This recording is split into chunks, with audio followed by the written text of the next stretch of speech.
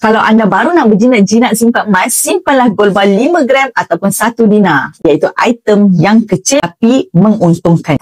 Antara saiz emas yang saya galakkan adalah 5 gram dan 1 dinar kerana yang pertama, ianya sangat kecil dan comel. Jangan pandang rendah pada saiz. Siapa yang memiliki emas kecil ini, sekurang-kurangnya dia mempunyai lebih daripada RM2,000 dalam simpanan. Jika anda adalah sebahagian daripada statistik rakyat Malaysia yang tak ada pun simpanan walaupun RM1,000 dalam akaun anda bolehlah ubah, letakkan target pertama anda untuk dapatkan sama ada 5 gram ataupun 1 dinar ini. Anda boleh pilih untuk simpan kaedah AP, Gold Accumulation Program.